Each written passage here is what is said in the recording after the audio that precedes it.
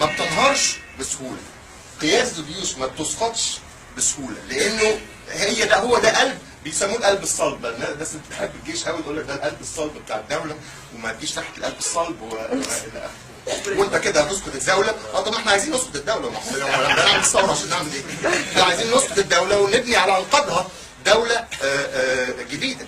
مش ممكن اسقاط الدوله دي بدون اسقاط المؤسسه العسكريه، ومش ممكن اسقاط المؤسسه العسكريه بدون انقسام داخل الجيش، بدون تنظيم داخل الجيش، بدون كسب الجنود وصغار الضباط لمشروع الثوره، بدون ما يبتدي يبقى عندنا نوع جديد من المظاهرات، نوع جديد من الاعتصامات بيشارك فيه الجنود، بيشارك فيه الضباط.